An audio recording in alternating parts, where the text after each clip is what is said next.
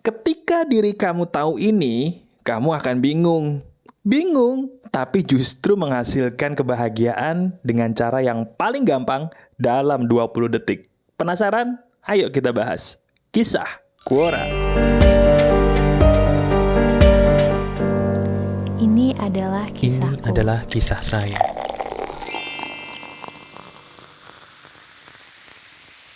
Halo teman-teman, apa kabar? Ada saya kembali, Aryan Surya, sahabat baik kamu dari Pagar Kehidupan. Benar, sebuah kabar baik bagi kamu adalah di video ini, saya akan langsung memberikan sebuah hal yang belum pernah diajarkan siapapun, bahkan oleh saya sendiri.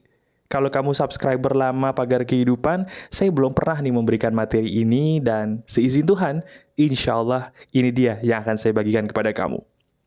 Gini teman-teman. Jadi materi kali ini seperti biasa terinspirasi dari kisah Quora ya. Saya akan langsung aja membacakan pertanyaan di Quora yang menggelitik karena lucu, tapi saking lucunya saya sampai nggak bisa ketawa, malah terinspirasi mau memberikan materi ini. Langsung ya, gini nih pertanyaannya. Gimana ya caranya aku bisa mendapatkan hati orang yang aku suka? Titik. Pertanyaan itu sangat menggelitik teman-teman, tapi tenang aja, saya nggak akan ngajarin bagaimana cara kamu untuk mendapatkan orang yang kamu suka, tapi saya justru akan mengajarkan kamu sebuah hal yang sangat penting, yaitu gimana caranya kita bisa mendapatkan apapun yang kita mau, seizin Tuhan, secara masuk akal, dan realistis. Saya ulangi, saya akan mengajarkan kamu seizin Tuhan nih, bukan hanya bagaimana cara mendapatkan hati orang yang kamu suka, tapi gimana sih caranya penghasilan kita bisa lebih banyak?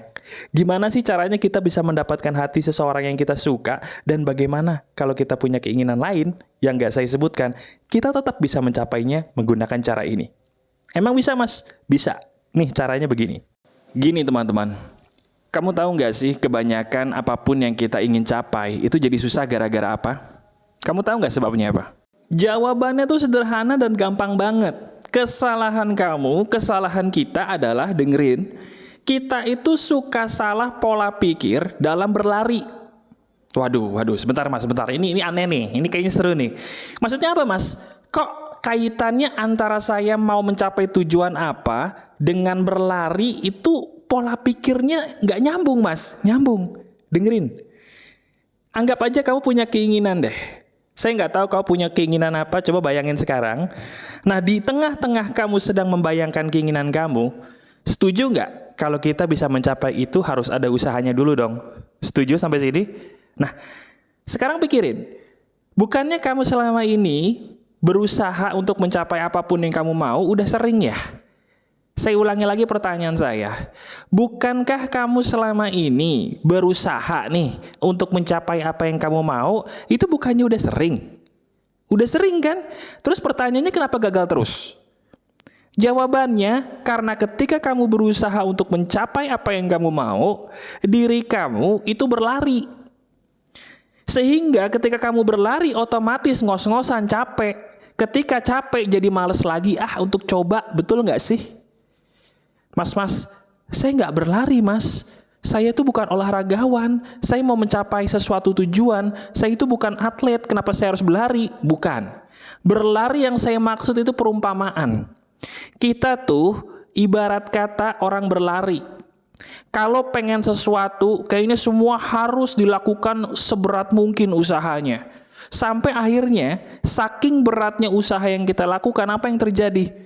Betul, kita jadi capek di tengah jalan. Kita jadi ngos-ngosan. Udah capek, udah ngos-ngosan, ketemu sama orang toksik.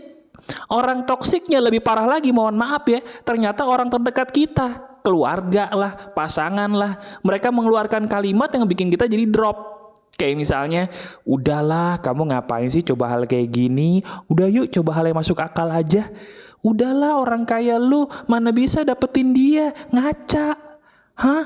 Badan kaya kamu, mau jadi orang sehat, udahlah kamu tuh ditakdirkan gendut, ngapain sih pengen jadi kurus? Jelek.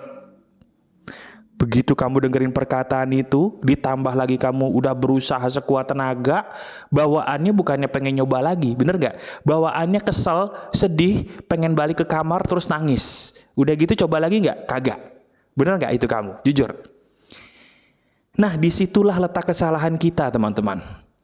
Kita selama ini kalau berusaha itu ibarat kata berlari sampai ngos-ngosan. Padahal yang benar adalah begini, dengarkan baik-baik. Ini yang merubah hidup saya. Lebih baik kamu melangkah satu langkah setiap hari, tapi kamu mencapai tujuanmu.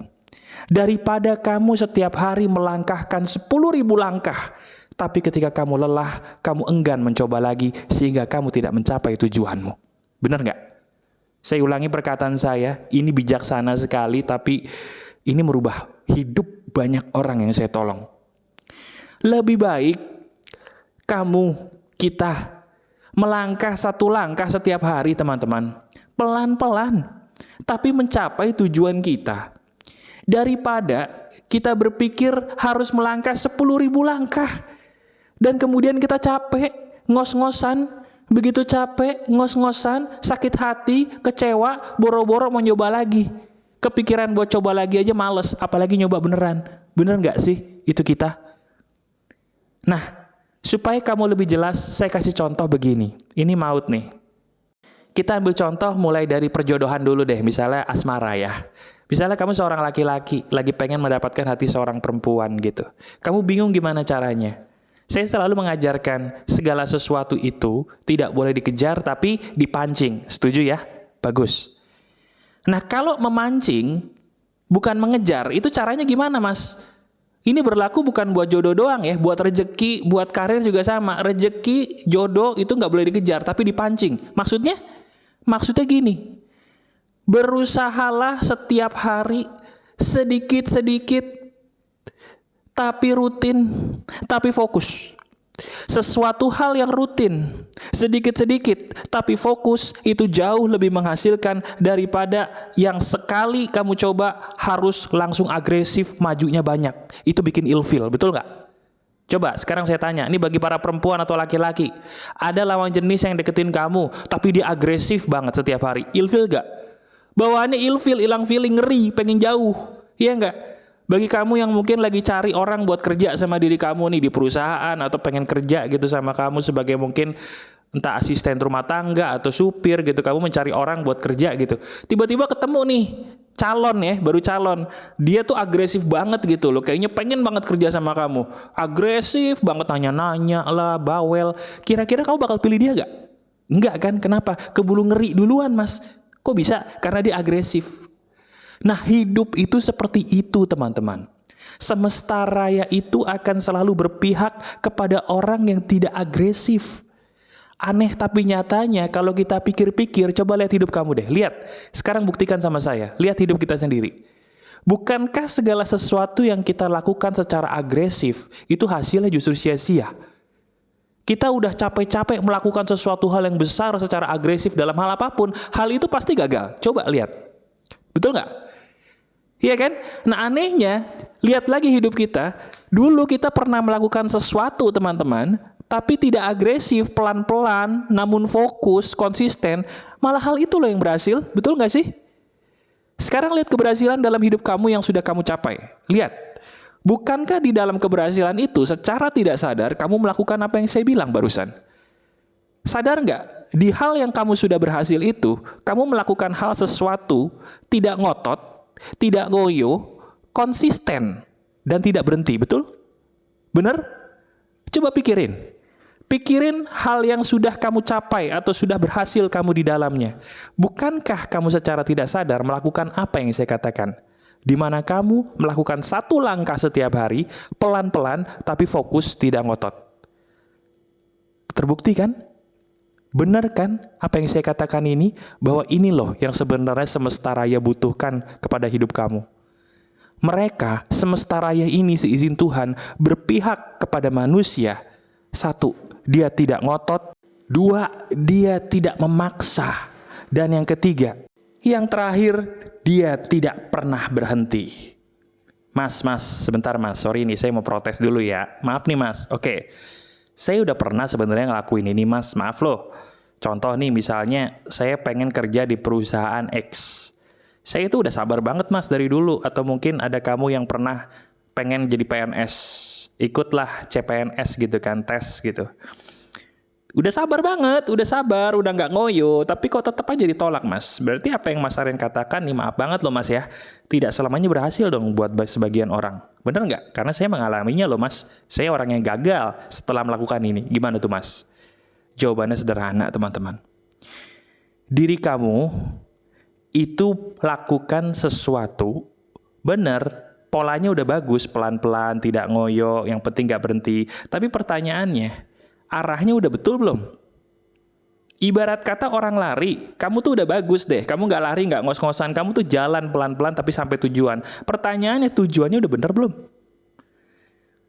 Tahu dari mana tujuannya salah atau bener mas? Ketika tujuannya kamu itu salah, kamu sudah mencoba berulang kali, tapi tetap gak dapet. Bisa jadi tujuan kamu dalam hidup sebenarnya bukan itu. Saya ulangi ya, ini dalam hal apapun, dalam hal jodoh juga sama. Diri kamu udah berusaha sekuat tenaga untuk mendapatkan hatinya si X. Kamu sudah berusaha sekuat tenaga untuk menikahi bahkan hatinya si X. Menikahi dia dengan tujuan yang baik. Sudah berusaha, tapi kok gagal terus mas? Kamu sudah nggak ngoyo, sudah sabar, sudah nggak ngotot, tapi kok gagal terus? Jawabannya, itu berarti Tuhan ingin menunjukkan tujuan kamu bukan dia. Stop, jangan ngotot, cari yang lain. Pekerjaan juga sama, diri kamu bagus nih. Udah nggak ngotot, berusahanya pelan-pelan, yang penting satu demi satu kamu lakukan, tidak ngoyo, bagus. Tapi tetap gagal, itu berarti tujuannya itu salah. Tuhan ingin menunjukkan bahwa bukan di situ tujuan hidup kamu. Ganti, banting setir. Jangan ngotot. Kunci dalam hidup apa teman-teman? Tidak ngotot. Kalau kita ngotot akan sesuatu, yang ada kita malah stres, malah depresi. Terus begitu depresi, yang kita salahin siapa? Tuhan. Selalu kita nyalahin Tuhan seolah-olah Tuhan itu nggak adil. Padahal yang salah siapa? Diri kita sendiri kan. Kenapa kok kita ngotot? Sadar nggak sih? Nah, udah mulai ngangguk-ngangguk ya? Udah mulai jelas? Sekarang, dari video ini saya ingin kamu melakukan begini teman-teman. Selalu ingat perkataan saya. Di hari ini saya mengajarkan kamu sebuah pola hidup yang merubah hidup saya. Ingat baik-baik di kepala kamu bahwa lebih baik kamu melakukan satu langkah yang bagus setiap hari, tapi tidak berhenti sebelum mendapatkan, daripada kamu berpikir harus melakukan 1000 langkah setiap hari, tapi ujung-ujungnya itu bikin kamu capek, dan akhirnya gak mau coba lagi ketika kamu gagal. Lakukan satu hal yang produktif satu hari, satu aja. Dalam hal apapun. Misalnya kamu adalah orang yang konten kreator sama seperti saya. Kalau kamu nggak tahu pengen bikin konten apa, tuliskan ide-ide kamu satu aja setiap hari di kertas. Kalau misalnya kamu penulis buku, kamu nggak tahu mau nulis apa, tulislah satu kalimat setiap hari satu di kertas. Kalau diri kamu pengen kerja di kantor yang kamu idam-idamkan, coba kamu cari usaha dalam arti kamu coba cari teman atau koneksi minimal satu yang bisa mempermudah kamu untuk kerja di kantor itu. Lakukan usaha satu setiap hari aja cukup teman-teman. Cukup satu, nggak boleh dua, satu. Kenapa? Karena kamu tidak boleh terlalu capek sebelum sampai tujuan. Saya ulangi, alasan satu setiap hari adalah agar diri kita tidak capek sebelum sampai tujuan kita. Masuk akal ya? Yang bikin kita tidak sampai tujuan kita adalah karena kita ngotot dan kita capek. Tidak boleh ngotot, tidak boleh capek. Ketika kita sudah mencoba cara saya ini, tapi tetap gagal, itu berarti apa? Betul. Tuhan menunjukkan banting setir. Bukan dia tujuan hidup kamu, bukan itu tujuan yang kamu cari dalam hidup. Sangat jelas ya materi ini. Coba deh lakukan dan kamu renungkan. Pikirin. Bukankah apa yang saya katakan ini lagi-lagi benar dan relate dengan hidup kamu? Pikirkan, resapi, dan renungkan ya. Semoga ini berguna. Terima kasih. Masih ada saya, Aryan Surya, sahabat baik kamu selalu dari Pagar Kehidupan. Tetap keep the spirit, keep sharing, Ini and keep adalah loving. kisahku. Ini adalah kisah saya. Bye-bye.